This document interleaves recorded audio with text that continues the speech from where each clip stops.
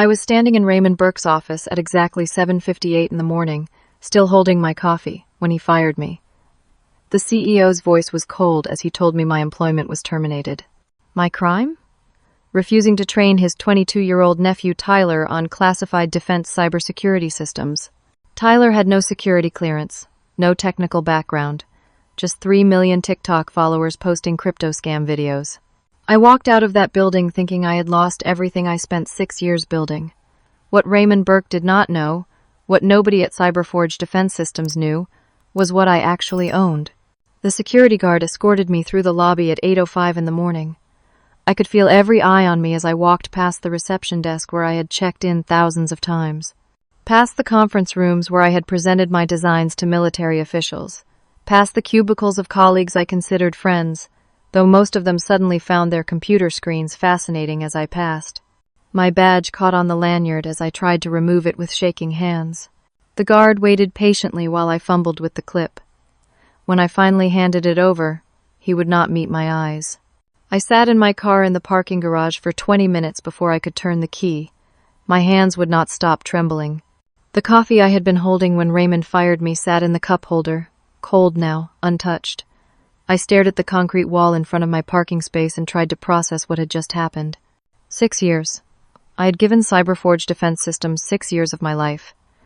I started as a junior developer fresh out of graduate school, 24 years old and drowning in student loans. I worked nights, weekends, holidays. While my college friends were getting married and buying houses, I was in the lab perfecting encryption algorithms. While my younger brother Austin was starting his family, I was debugging security protocols at 3 in the morning. I became the lead cybersecurity architect by the time I was 27.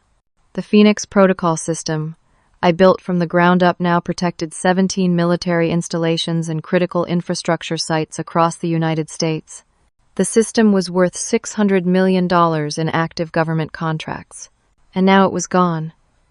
Or so I thought. The problem started 3 weeks ago when Tyler Burke showed up. Raymond's nephew arrived on a Monday morning wearing designer sneakers that cost more than my monthly rent and a shirt that said Crypto King in gold letters. Raymond called an all-hands meeting to introduce Tyler as a special consultant who would be learning the business from the inside. I knew immediately what that meant. Tyler was being groomed to take over, despite having 0 qualifications beyond his famous uncle's last name. Tyler's first week was a disaster.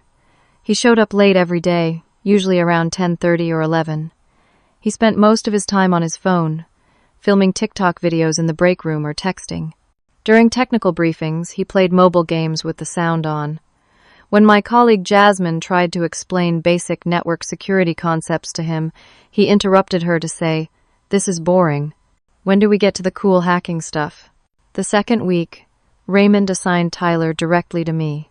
"Candace, I need you to bring Tyler up to speed on the Phoenix protocol," Raymond said in his office, Tyler lounging in the chair beside me like he was at a beach resort. "He's going to be taking on more responsibility in the division." I kept my voice professional. "The Phoenix protocol requires top-secret security clearance. Tyler does not have clearance." "We're working on that," Raymond said, waving his hand dismissively. "In the meantime, you can teach him the general concepts." General concepts. Right. You do not teach someone general concepts about a system protecting military installations from cyber attacks. But I nodded and tried to make it work. By the third week, Tyler's attitude had gone from annoying to dangerous. On Wednesday afternoon, he cornered me in my office. "Look," he said, leaning against my desk. "My uncle says you are the one who knows how everything works. I need you to give me the passwords to the defense stuff so I can play around with it and figure it out myself." My blood went cold. "Tyler, I cannot give you access to classified systems. You do not have clearance. What you are asking me to do is a federal crime." He laughed.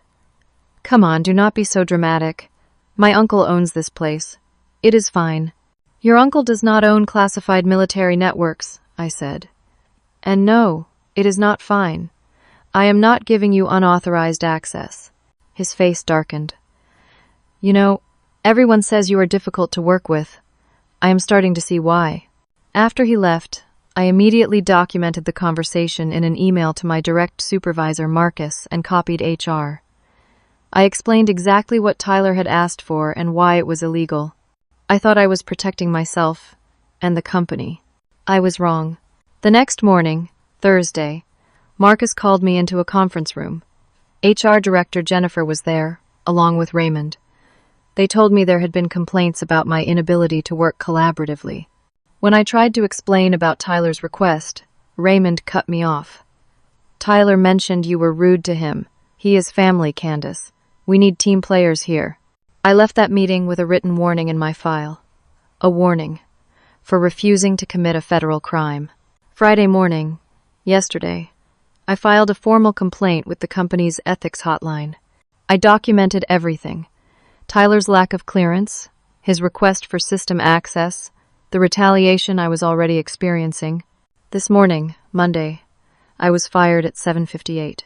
Now, sitting in my car, I pulled out my personal phone and called Sarah. Sarah Chen had been my roommate in college and was now an employment lawyer in Boston. She answered on the second ring. Candace, are not you at work? I just got fired. My voice sounded flat, disconnected. What? What happened? I told her everything. Sarah listened without interrupting, which I appreciated. When I finished, she was quiet for a moment. Tech companies pull this nepotism garbage all the time, she finally said. But this sounds like textbook retaliation. Do you have documentation? Emails, chat logs, my formal complaints, everything. Good. We can fight this. But Candace, you need to know it will take time and money. These cases can drag on for years. Do you have savings? I did. About $50,000, saved carefully over 6 years. It was supposed to be for a down payment on a condo. I said. Okay. I need to think about strategy. But Candace, are you okay? Like, really okay? I looked at my personal laptop sitting in the passenger seat. My fingers touched the smooth metal case. I need to think about my next move, I said. Call me later. We will figure this out. After we hung up, I sat in the silence of my car. They had no idea what I really owned. The thought kept circling in my mind like a mantra. But I did not have time to dwell on it because my phone started exploding with text messages. The first was from Marcus. Candace, the Phoenix protocol just crashed. All systems down. DOD is on the phone screaming. What happened? Then Jasmine. Everything is failing. 17 installations reporting critical errors. Please tell me you know what is going on. Then another colleague, David. Stock is dropping. Burke is losing his mind. Where are you? And finally, Marcus again. Candace, please. Whatever they are paying you to consult somewhere else, we will triple it. We need you back. Now. I turned off my phone and sat in the dark garage. The Phoenix protocol was crashing because it was built on proprietary authentication protocols that only I fully understood. I had not sabotaged anything. I had simply left, and the system could not function without me there to maintain it. They were panicking. Good, they should be. But as I started my car and pulled out of the garage, a cold fear settled in my stomach. What if they blamed me for this? What if they said I broke it on purpose? I drove home to my small apartment in Somerville, my mind racing through scenarios, none of them good. By the time I got home, it was 10:30 in the morning. My phone, which I had turned back on during the drive, had 47 missed calls and 63 text messages. The voicemail box was full. I sat on my couch and started listening to them. Raymond Burke's voice was first, angry and threatening. Candace, I do not know what you did to our systems, but you better get back here right now and fix it. This is unacceptable. Call me immediately. Marcus sounded desperate. Candace, I am so sorry about this morning. The firing was wrong. We all know it. But please, the system is completely down. 17 military bases are vulnerable right now. We need you. Call me back. Jennifer from HR was cold and legalistic. Miss Candace, this is Jennifer from Human Resources. We have reason to believe you may have engaged in sabotage of company systems prior to your termination. We are documenting everything and will be pursuing all available legal remedies. You are required to return any company property immediately. And then Tyler, his voice whiny and entitled, Dude, my uncle says you better fix whatever you broke or you are going to be in serious trouble. Like, legal trouble. Just come back and fix it. I deleted them all. My apartment felt too small suddenly. One bedroom, outdated kitchen, a view of the parking lot. I had been so busy working I never bothered to make it feel like home. No art on the walls. Furniture from IKEA that I had assembled badly 5 years ago. A dying plant on the windowsill that I kept forgetting to water. This was what I had to show for 6 years of sacrifice. I made coffee and tried to think clearly. I had not sabotaged anything. The Phoenix Protocol was failing because of how I designed it, with multiple layers of authentication that required constant oversight. It was not a flaw. It was a feature, meant to prevent exactly the kind of unauthorized access Tyler had requested. But try explaining that to people who thought I was a disgruntled ex-employee. Sarah called back at noon. I have been researching your company. Candace, this looks bad. How bad?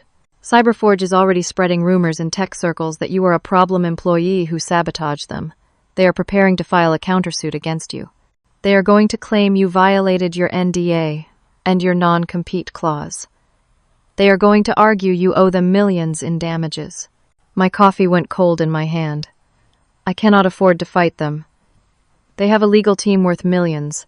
I have $50,000 in savings. I know. That is what they are counting on. They will bury you in legal fees even if you are right. Sarah paused. There has to be something else. Some leverage you have. I thought about the patents sitting in my name, filed years ago, but I said nothing yet. Let me keep digging, Sarah said. Do not talk to anyone from Cyberforge. Do not answer their calls. And Candace? Be prepared for this to get worse before it gets better. She was right. At 2 p.m, Cyberforge issued a press release. I found it on TechCrunch.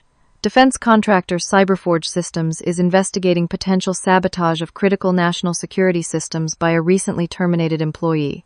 The company is cooperating fully with federal authorities to ensure there is no ongoing threat to military installations. They did not name me, but they did not have to. Within an hour, people in the cybersecurity industry were commenting on the article. I heard it was Candace from Phoenix Protocol. Yeah, I know someone who works there. She got fired this morning and the whole system crashed. Sounds like she sabotaged it on her way out. My phone started buzzing with LinkedIn notifications. People were unfriending me. Connections were disappearing. A former colleague posted, "Just a reminder to always conduct yourself professionally, even when things do not go your way." It was clearly directed at me. I watched my professional reputation disintegrate in real time. At 4:30, my mother called. Candace, your brother showed me some article online. What is going on? Are you in trouble? My mother had never understood my work. She was a kindergarten teacher in Ohio who still thought I played with computers for a living. It is complicated, Mom. I got fired, and now they are blaming me for problems that are not my fault. Well, what did you do? I did not do anything wrong.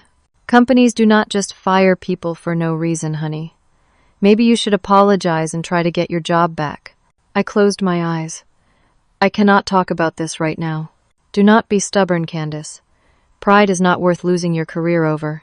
After she hung up, I sat in the growing darkness of my apartment. My family did not understand. My colleagues had turned on me. My reputation was destroyed.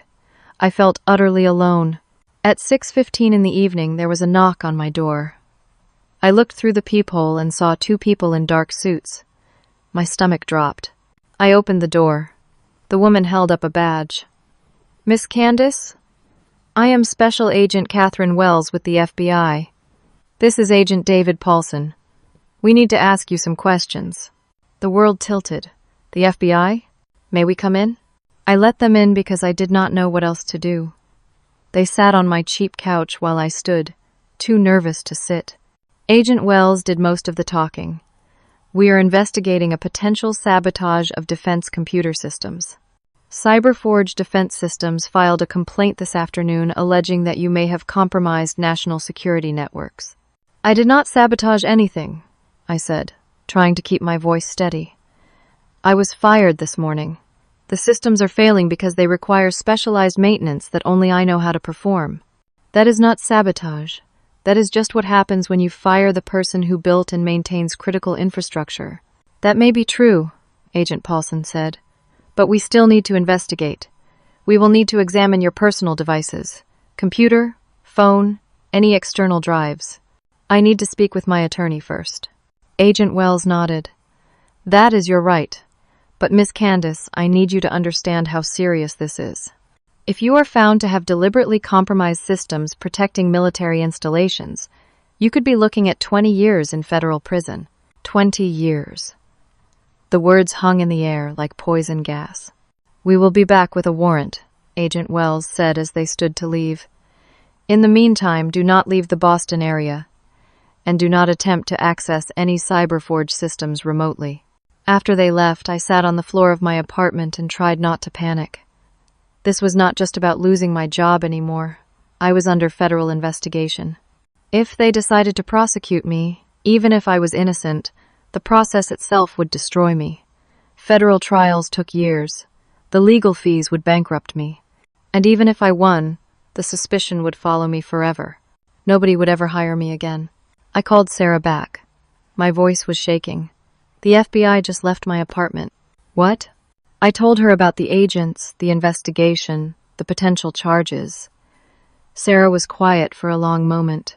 This is really bad, Candace. They are going after you hard. CyberForge is not just trying to discredit you. They are trying to put you in prison. What do I do? You tell me the truth. Right now. Did you do anything that could be seen as sabotage? Anything at all? No. I swear. Then we fight. But Candace, I have to ask. Is there anything you have not told me? Any leverage? Any cards you are holding? I looked at my laptop again. Not yet, I said, but maybe soon. That night, I did not sleep. I lay in bed staring at the ceiling, listening to sirens in the distance, wondering how my life had fallen apart so completely in less than 12 hours. I met Sarah the next morning at a coffee shop in Cambridge. I had not slept, and I looked it. Dark circles under my eyes, hair pulled back in a messy ponytail, wearing the same clothes from yesterday. Sarah slid a large coffee across the table to me without a word. The FBI investigation is serious, she said, pulling out a legal pad. I talked to a colleague who does federal criminal defense. If they decide to prosecute, you are looking at a trial that could take 2 years and cost $500,000 in legal fees. Minimum. I do not have $500,000. I know, which is why we need to be strategic. She tapped her pen on the table. I need you to be completely honest with me. Did you do anything that could be construed as sabotage? Even accidentally? No. The Phoenix Protocol is crashing because I am not there to maintain it. That is not sabotage. That is consequences. The system requires constant oversight and updates to the authentication protocols. Without me, it fails. I did not design it that way maliciously. I designed it that way for security. Sarah studied my face. Okay, I believe you. But here is the problem. CyberForge is painting you as a disgruntled employee who broke their system on purpose. They have resources and lawyers and PR firms. You have me and $50,000. We need something that changes the playing field. I took a breath. It was time. I have something. What? 6 years ago, when I first started developing the Phoenix Protocol, I did it on my own time. Nights, weekends. I was still a junior developer then, not even working on the defense contracts yet. I used my own laptop, my own equipment, worked from my apartment. I filed provisional patents on the core technology under my own name. Sarah put down her pen slowly. You own patents on the Phoenix Protocol? Not on everything. But the 3 critical patents that make the entire system work? Those are mine. The encryption architecture, the authentication framework, the threat response protocols. All mine. When CyberForge promoted me and made the Phoenix Protocol their main product, they licensed the technology from me. I let them use it in exchange for my salary and a percentage of contract revenues. Did you get that licensing agreement in writing? Yes. My employment contract included an exclusive license clause. As long as I worked for them, they had exclusive rights to use my patents. But now that they fired me, that exclusive license is void. Sarah's eyes widened. Candace, do you understand what you are saying? If those patents are really yours, then you own the entire $600 million system. I know. Why did you not tell me this yesterday? Because I needed to be sure. I spent all night reviewing my documentation, the provisional patents, my lab notebooks, timestamps on my development files. Everything is dated before I even worked full-time on defense contracts. It is all mine.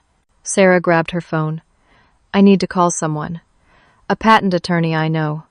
If your documentation is solid, this changes everything. You do not need to fight Cyberforge. You own them. We met with Gerald Hutchins that evening in his office in downtown Boston. Gerald was in his 60s, silver hair, expensive suit, the kind of attorney who charged $1,000 an hour. Sarah had called in a favor to get me in on such short notice. I spread out my documentation on his conference table. Original lab notebooks with dated entries, computer files with creation timestamps, the provisional patent applications filed with the U.S. Patent and Trademark Office, all predating my full-time employment at Cyberforge, emails showing I had discussed the patents with Cyberforge executives before they made them the basis of their defense contracts. Gerald reviewed everything methodically, making notes, asking questions. After 2 hours, he sat back in his chair. Your case is solid, he said. These patents are clearly yours. The timestamps are indisputable. You developed this technology independently, on your own time, with your own resources. The licensing agreement in your employment contract supports your ownership. The moment they terminated you, that exclusive license ended. So what happens now? I asked. Now, you have leverage. Enormous leverage. Cyberforge's entire business model depends on technology they no longer have the right to use. Every contract they signed, every installation they maintain, all of it is built on your patents. Without your permission, they are now infringing on your intellectual property. Sarah leaned forward. Can we stop the FBI investigation with this? Possibly. If Candace owns the underlying technology, it is very difficult to argue she sabotaged her own property. But here is what you need to understand. Gerald looked at me seriously. Cyberforge is going to fight this with everything they have. They will claim the patents should have been company property. They will argue work for hire, that you developed them as part of your employment. They will try every legal theory to take these patents from you. But I have proof, I said. Proof matters, but so does money. They can afford to tie this up in court for years. The question is, can you? I thought about my $50,000. Not really. Then we need to be smart. We file a countersuit claiming patent infringement and wrongful termination. We ask for an emergency injunction preventing them from using your technology. We make it hurt. That night, I went back to Sarah's apartment. She had insisted I stay with her until things settled down. I was grateful. My own apartment felt poisoned now, contaminated by the FBI's visit. I fell asleep on her couch around midnight, exhausted and hopeful for the first time in 2 days. I woke at 6 in the morning to Sarah shaking my shoulder. Candace, you need to see this. She handed me her laptop. I read the legal document on the screen, my hope crumbling into dust. Cyberforge had filed an emergency injunction against me. They were claiming I had stolen trade secrets. They had gotten a judge to freeze my bank accounts pending investigation. They had a restraining order preventing me from contacting anyone at Cyberforge or any of their government clients. And they had filed a $10 million lawsuit against me personally for theft of proprietary information and industrial espionage. The filing included a sworn statement from Tyler Burke, claiming I had offered to sell him system passwords and had threatened to bring down the company when he refused. It was a complete lie, but it was in legal documents now, signed and notarized. I could not access my $50,000. I could not pay my rent, which was due in 5 days. My car payment would bounce. My credit cards would start racking up late fees. I was broke, under federal investigation, being sued for $10 million, and the only evidence of my patent ownership was locked in devices the FBI would soon seize. Sarah sat next to me on the couch. We will find a way through this. But I could see the worry in her eyes. How do you fight a corporation when you cannot even afford to buy groceries? The next 3 days were the worst of my life. I was living on Sarah's couch, feeling like a burden, watching my entire world collapse. I could not access my money. My landlord called demanding rent. My car lender sent a default notice. I had to borrow money from Sarah just to buy food. The media pile-on got worse. TechCrunch published a follow-up article, Cyberforge Battles Alleged Industrial Espionage. The story painted me as a rogue employee who had stolen company secrets. Comments on Reddit and Twitter were brutal. She thought she was too good to train the CEO's nephew, and now she is trying to steal their tech.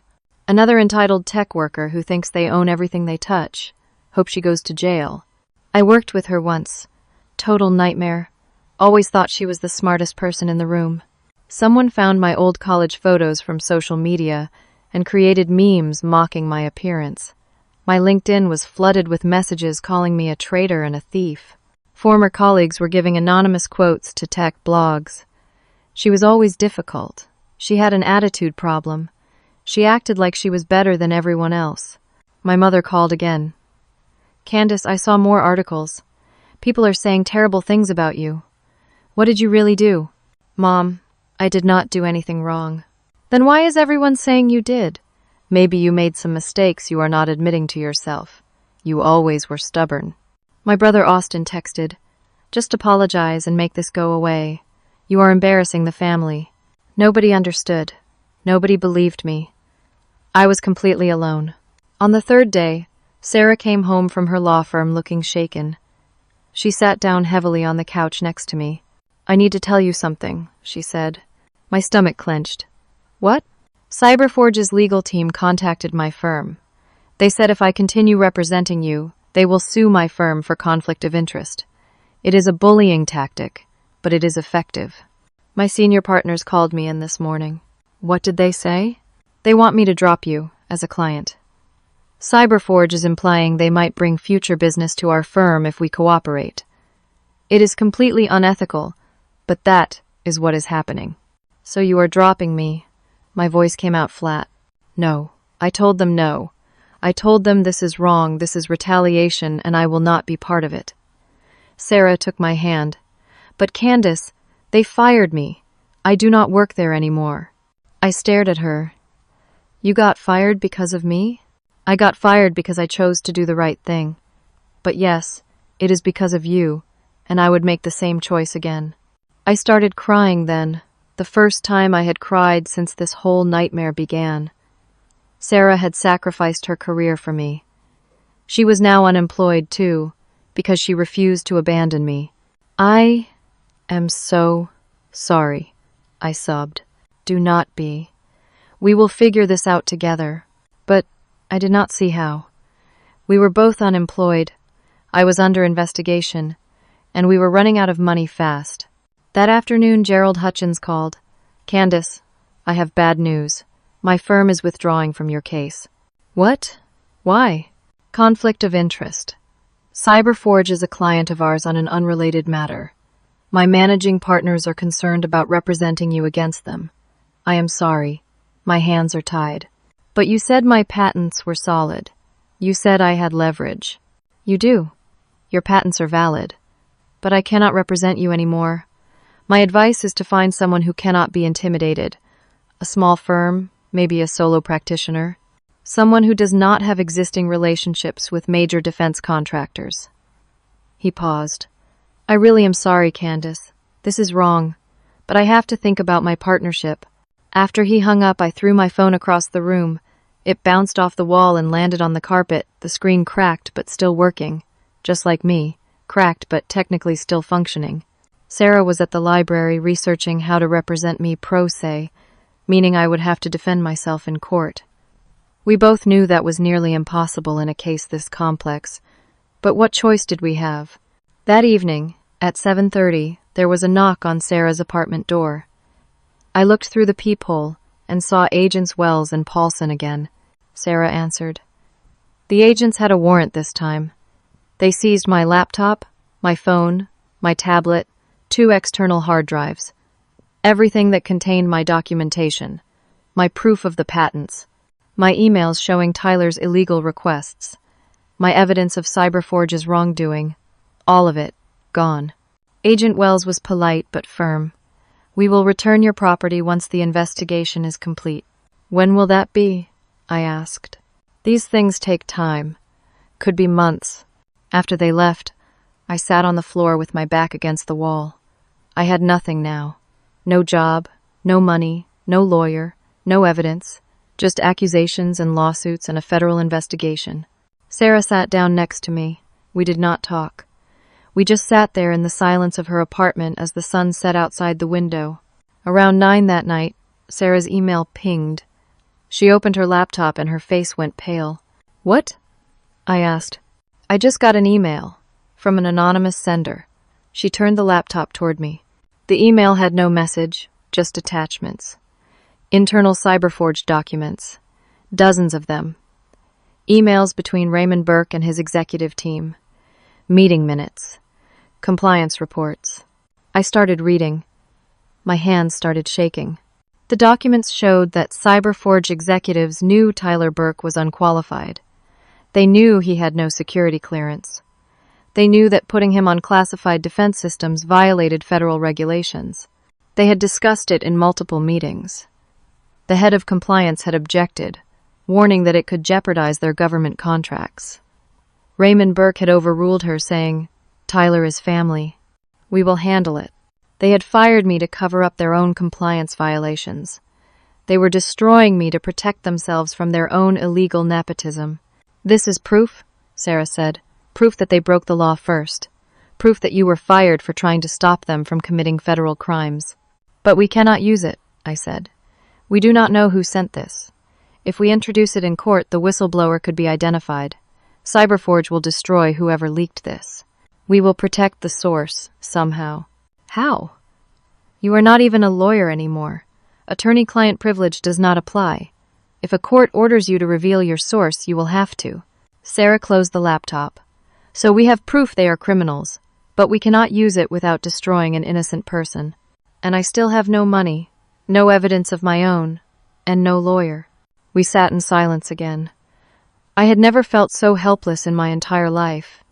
The system was rigged. The powerful could do whatever they wanted, and people like me just got crushed. I thought about giving up, just walking away, changing my name, starting over somewhere else. But even that was not possible. The restraining order prevented me from leaving the Boston area. I was trapped. That night, I did not sleep at all. I lay on Sarah's couch staring at the ceiling, watching the headlights from passing cars sweep across the walls, wondering if this was how my life would end. Not with accomplishment or happiness, just with destruction and defeat. A week passed. Sarah and I were both unemployed, living on her credit cards, trying to figure out how to represent me in court with no money and no evidence. We spent our days at the public library researching legal precedents and filing procedures. It felt pointless, but we had nothing else. On Wednesday morning, my phone rang. Unknown number. I almost did not answer, but something made me pick up. "Miss Candace?" A woman's voice, authoritative and direct. "Yes?" "This is Colonel Patricia Hendricks, United States Department of Defense Cyber Command. I need to speak with you about the Phoenix Protocol." I sat up straight. "Colonel, I am under a restraining order. I cannot contact Cyberforge or their clients. I am aware of your legal situation. I do not care about it. What I care about is that your system has been down for over a week and Cyberforge cannot fix it. 17 military installations are operating with compromised cybersecurity. That is unacceptable. I need that system operational, and I need it now. Colonel, I would like to help, but legally I cannot. Miss Candace, let me be very clear. I am invoking national security. Your restraining order does not supersede my authority to protect military installations. I am asking you directly, will you consult with us to restore the Phoenix Protocol, yes or no? I thought about the implications. If I helped, I would be proving that the system only worked with me.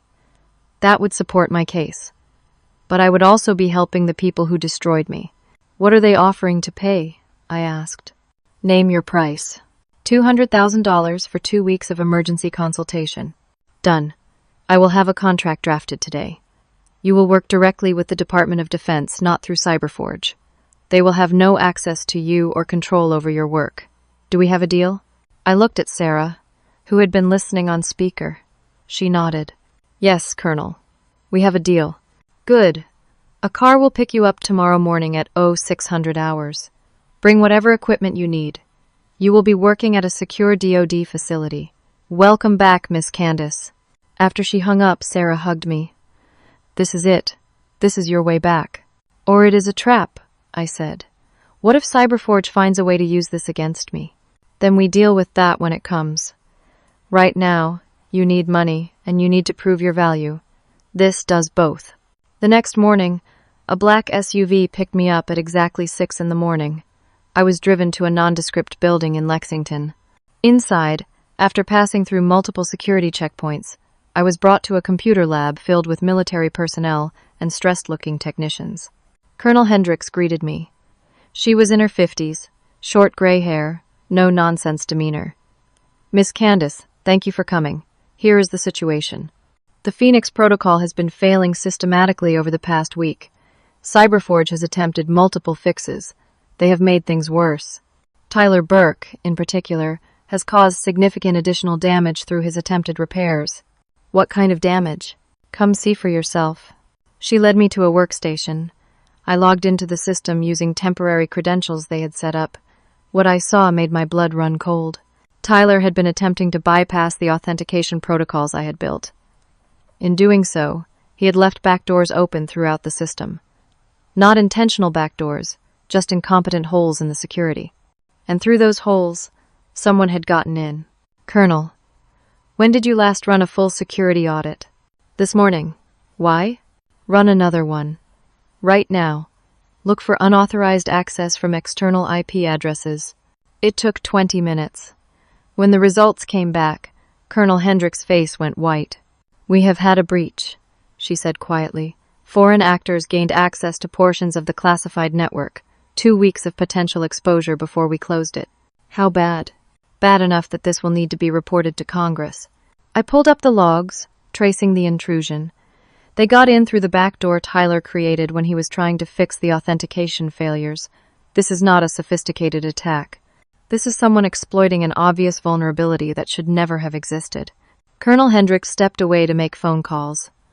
I kept working, documenting everything I found. The evidence was clear.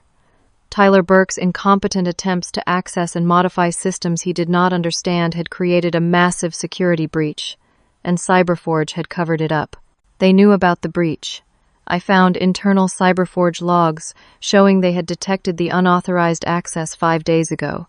They had not reported it to the DoD as required by law. They had hidden it, probably hoping to fix it quietly before anyone noticed. Covering up a breach of classified military systems was a federal crime. A serious one.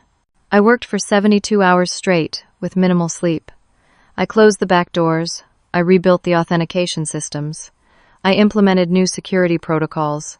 By Saturday evening, the Phoenix protocol was stable again. But I did not fix it permanently. I implemented a temporary patch, one that would hold for maybe a month, maybe 2. After that, the system would need another update. An update that only I knew how to implement. It was insurance. My only leverage. Colonel Hendricks found me in the break room at midnight on Saturday, drinking terrible coffee from a vending machine. Miss Candace, thank you. You have done exceptional work.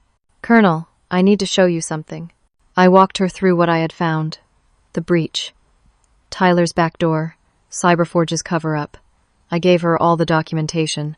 This is a felony, she said after reviewing everything. Yes.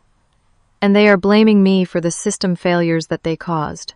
Colonel Hendricks looked at me for a long moment. What do you need from me? I need you to tell the truth about what happened here. I need you to document that I fixed this, that Cyberforge could not, and that the breach was caused by their unqualified personnel. I need that in official DoD records. Consider it done. And, Miss Candace, The DoD is going to be reevaluating our relationship with Cyberforge. We do not work with contractors who hide security breaches from us. When that contract comes up for renewal, we will be looking for alternatives. I might know someone who could help with that, I said. She smiled slightly. I bet you do. I went home that Sunday evening exhausted but hopeful. I had $200,000 coming. I had DoD documentation that Cyberforge had lied and covered up a security breach. I had proof that I was the only one who could maintain the Phoenix Protocol. Sarah met me at the door of her apartment. You look terrible. I feel terrible, but I think we might actually have a shot at this. There is something you need to see. She handed me her phone. There was a news alert from an hour ago. Cyberforge Defense Systems files for emergency bankruptcy protection. I read the article in disbelief. Raymond Burke had declared corporate bankruptcy. The article said it was due to recent system failures and loss of investor confidence. But I knew what it really was. It was a legal strategy. By declaring bankruptcy, Cyberforge froze all lawsuits against them, including my countersuit. In bankruptcy court, my patents could potentially be seized as company assets and sold off. The bankruptcy trustee could argue that I had developed them as an employee, making them part of the bankrupt estate. Raymond Burke was willing to destroy his own company just to make sure I got nothing. He would walk away, probably start a new company, and I would be left with worthless legal judgments against a bankrupt corporation. He is stealing my patents through bankruptcy court, I said, my voice hollow. We will fight it. With what? We are broke, Sarah. We are living on your credit cards. I just got $200,000, but that will be gone in legal fees in 2 months if this goes to bankruptcy court. Then we make him regret this. We find another way. I sat down on the couch, so tired I could barely think. Every time I solved one problem, 2 more appeared. I was playing a game I could not win, against an opponent with infinite resources. But I had come too far to quit now. Somewhere deep inside, I found one more reserve of strength. Okay, I said. Let us burn it all down. The next morning, I called Colonel Hendricks and told her about the bankruptcy filing. I asked if she would be willing to speak with my attorney about what she had found regarding the security breach and cover up. I will do better than that, she said. I am opening a formal DoD investigation into Cyberforge. And, Miss Candace, I am going to connect you with someone who might be able to help you legally. That afternoon, I got a call from Amanda Price. She introduced herself as a former JAG lawyer who now specialized in whistleblower protection and defense contractor litigation. Colonel Hendricks called me, Amanda said. She told me about your situation. I owe her a favor from way back, so I'm going to take your case pro bono until we get you back on your feet. Pro bono? You are not going to charge me? Not until you can afford it. And trust me, once we are done with Cyberforge, you will be able to afford it. We met that week at her office in Brookline. Amanda was in her 40s, former military, with the bearing of someone who had seen real combat and was not impressed by corporate lawyers. She reviewed everything. My patents, the whistleblower documents, the DoD findings, all of it. This is actually pretty straightforward, she said. Cyberforge violated federal regulations, covered up a security breach, defamed you, and are now trying to steal your intellectual property through bankruptcy fraud. We are going to destroy them. How? First, we secure your patents. We file an emergency motion in bankruptcy court proving that your patents are not company assets. Your documentation is solid. The timestamps do not lie. Those patents are yours, developed on your own time before you were even working on defense contracts full-time. What about the FBI investigation? I am already working on that. With the DoD findings showing the breach was caused by Tyler Burke and covered up by Cyberforge, the FBI's case against you falls apart. They were investigating the wrong person. And the $10 million lawsuit? Counterpunch. We file our own lawsuit. Wrongful termination, defamation, tortious interference, patent infringement, violation of whistleblower protection laws. We ask for $300 million in damages. $300 million? That is half their company's value. Exactly. We make it hurt. Over the next 2 weeks, Amanda worked miracles. She filed motion after motion, each one backed by solid evidence. She secured the whistleblower documents properly, working through legal channels to protect the source. She coordinated with the DoD investigation, and she filed the countersuit. Cyberforge's response was predictable. Raymond Burke doubled down. He hired a major PR firm that launched a media campaign painting me as mentally unstable. They leaked fabricated performance reviews to tech blogs, claiming I had always been a problem employee. They dug up every mistake I had ever made and magnified it. Cable news picked up the story. I watched a legal analyst on CNN call me an example of the dangers of disgruntled tech workers with too much access. Another expert on Fox News said I represented everything wrong with Silicon Valley entitlement. My face was everywhere, always in the worst possible light. Old photos from college where I looked awkward, quotes taken out of context. Anonymous former colleagues saying I was difficult and arrogant. Sarah started investigating Tyler Burke on her own, since she was no longer bound by law firm ethics rules. What she found was damning. Tyler had been kicked out of 3 different colleges for academic dishonesty. He had a sealed juvenile record, which we could not access, but its existence suggested prior legal trouble. His TikTok account, which he had recently deleted, had promoted multiple cryptocurrency scams. Sarah compiled it all into a dossier and gave it to Amanda. Meanwhile, something strange happened. Agent Wells from the FBI contacted Amanda requesting a private meeting. Amanda agreed, and Wells asked if I could be there too. We met in a park in Cambridge, sitting on a bench near the river.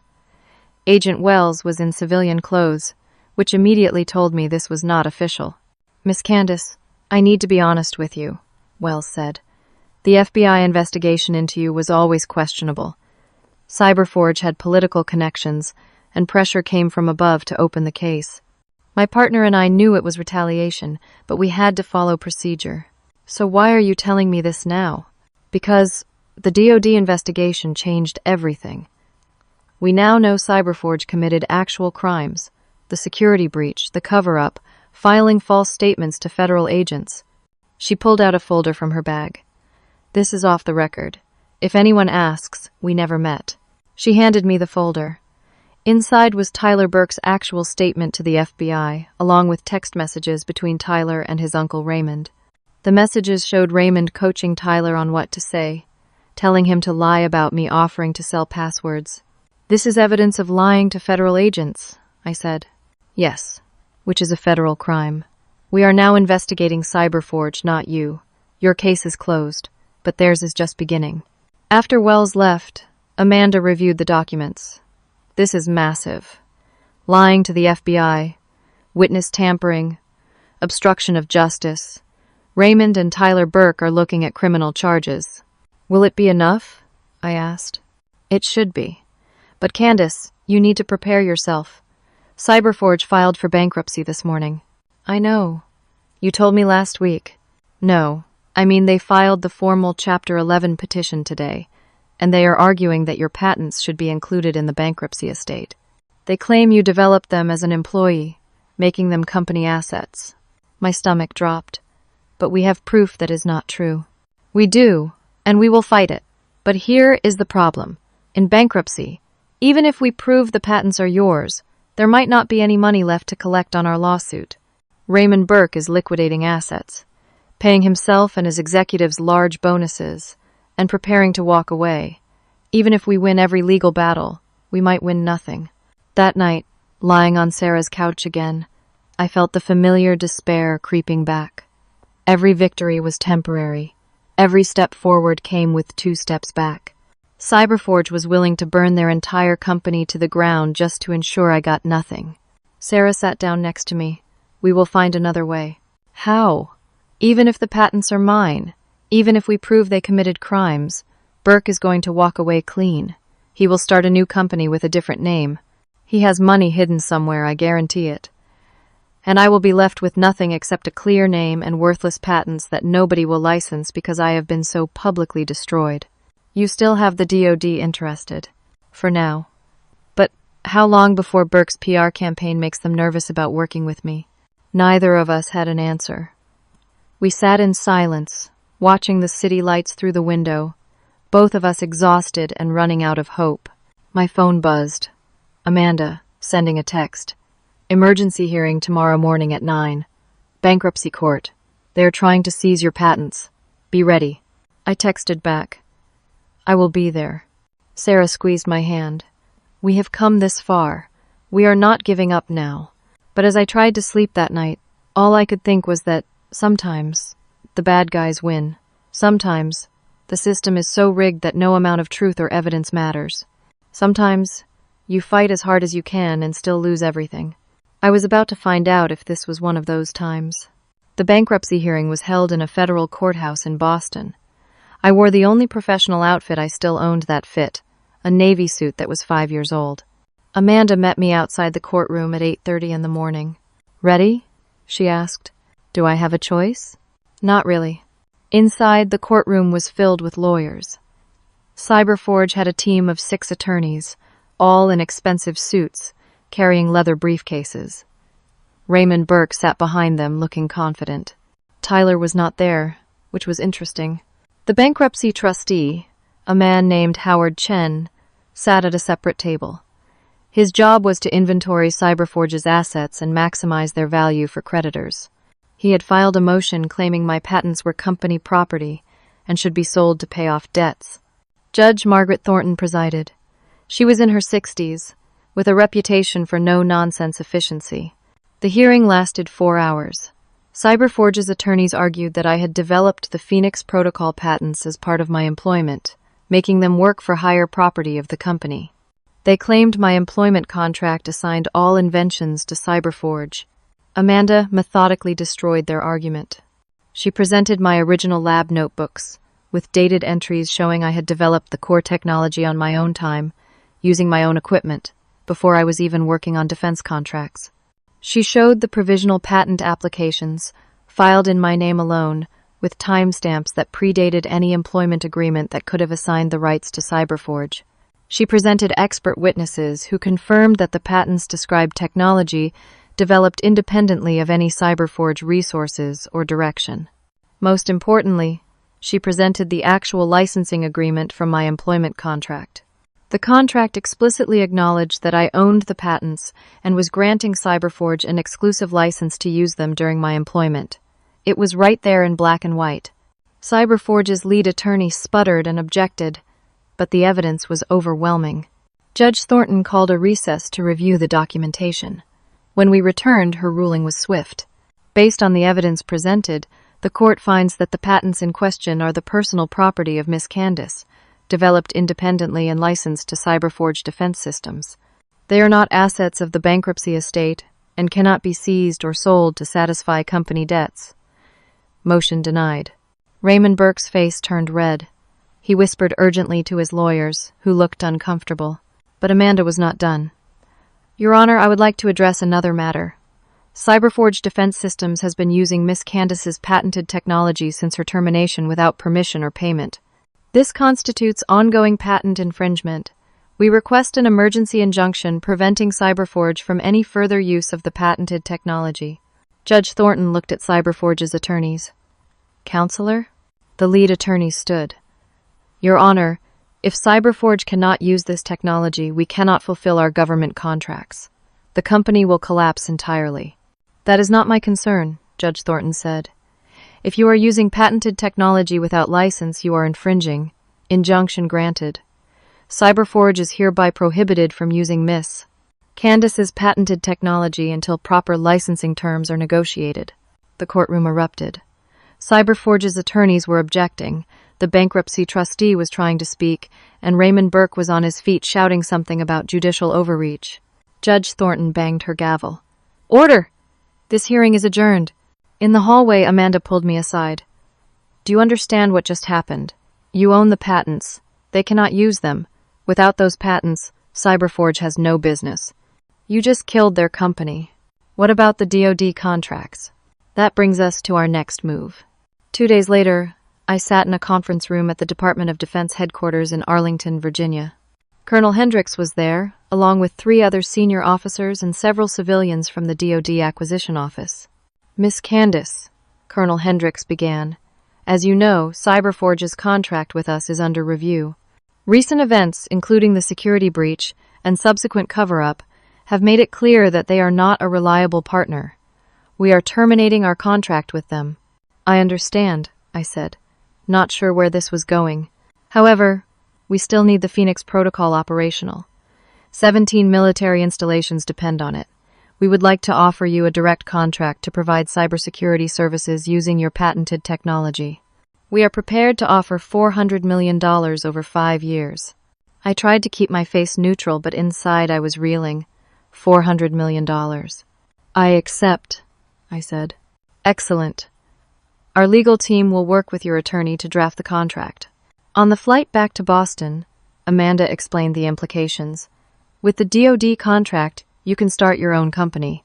You control the technology, you have a guaranteed revenue stream, and you just became one of the most valuable cybersecurity contractors in the country. What happens to Cyberforge? They are finished. Without your patents and without the DoD contract, they have nothing. The bankruptcy will proceed, their assets will be sold off, and the company will cease to exist. And Raymond Burke?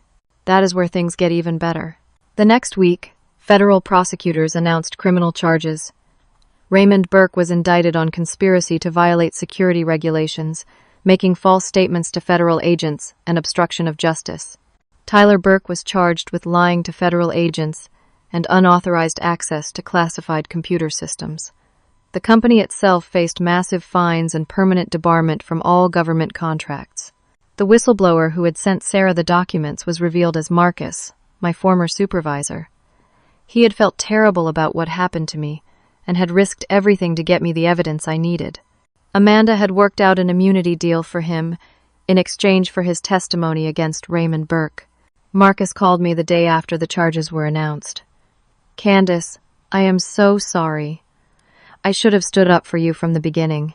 You did stand up for me when it mattered, I said. You gave me the evidence that proved they were criminals. Thank you. What happens now? Now? I start my own company, and I would like you to be my second in command, if you are interested. There was a long pause. Really? Really. I need people I can trust. You proved I can trust you. With the DoD contract secured and the criminal charges pending, Cyberforge's leadership crumbled.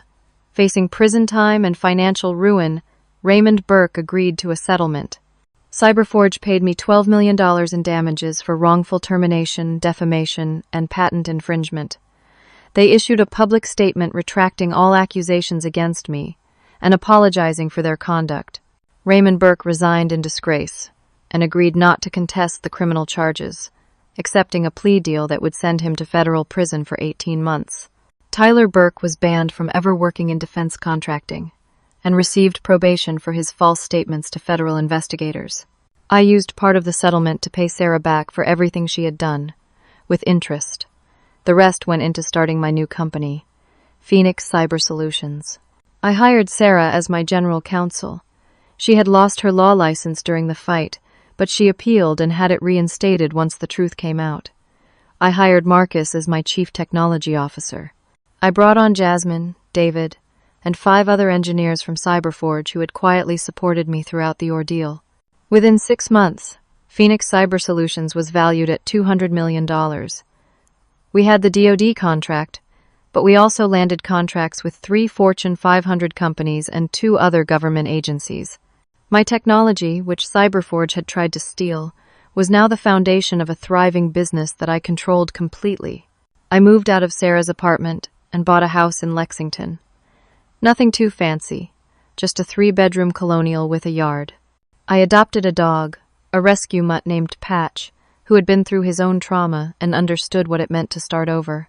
One Saturday morning, 8 months after I was fired, I drove to Ohio to visit my family. My mother answered the door, and for the first time in my life, I saw genuine pride in her eyes. Candace, I saw the article in the newspaper. About your company. I did not understand most of it, but they said you are very successful now. I am, Mom. I am sorry I did not believe you at first. I should have known you would not do anything wrong. It is okay. It is over now. My brother Austin apologized too, admitting he had not understood how serious the situation was. We had dinner together, my parents asking questions about my work, actually listening to my answers this time. It felt like healing. Back in Boston, I stood in the office of Phoenix Cyber Solutions one evening after everyone had gone home. The space was modern and bright, filled with the best equipment money could buy. Photos on the walls showed our team at various events, smiling and confident. On my desk was a framed photo of Sarah and me at the company launch party, both of us laughing, champagne glasses raised. I thought about that morning at 7:58 when Raymond Burke fired me. I thought about everything that came after. The humiliation, the FBI investigation, the bankruptcy, the media attacks. I thought about how many times I wanted to give up, how many nights I lay awake certain I would lose everything. But I did not give up, and I did not lose. They tried to break me because I would not compromise my principles. They thought I was weak because I stood alone. But what they did not understand is that standing alone for what is right is actually the strongest position there is. Your work, your integrity, your truth, these things cannot be taken from you unless you surrender them. I learned that the hard way. I learned to document everything, to know my worth, to never let powerful people make me believe their lies about who I am. I learned that sometimes the worst thing that happens to you is actually a door opening to something greater. You just have to be brave enough to walk through it. I got fired at 7:58 in the morning for doing the right thing. They thought they had destroyed me. Instead, they freed me to become something better than I ever could have been working for someone else. Now I run my own company. I set my own rules. I hire people based on merit, not nepotism. I protect my employees when they do the right thing, even when it is hard. And I make sure that no one, ever, gets punished for standing up to corruption. The Phoenix Protocol protects 17 military installations, just like it always did. But now it is mine, built on my terms, run by people I trust. I looked at the city lights outside my office window and smiled. I had been through fire, and I had come out stronger. That is what the Phoenix does. It burns, and then it rises. And I had risen higher than anyone, including me, ever thought possible. Sometimes justice takes time. Sometimes you have to fight harder than seems fair. Sometimes the system is rigged and the powerful seem untouchable. But if you hold on to your truth, if you refuse to surrender your integrity, if you find people who believe in you and fight beside you, then eventually the truth wins. It did for me. And it can for you too. Have you ever faced a situation where standing up for what is right cost you everything, at least at first? Have you ever been in a position where doing the ethical thing made you look like the villain? I would love to hear your stories in the comments below. Your experience might help someone else who is going through something similar right now. If this story resonated with you, please hit that like button.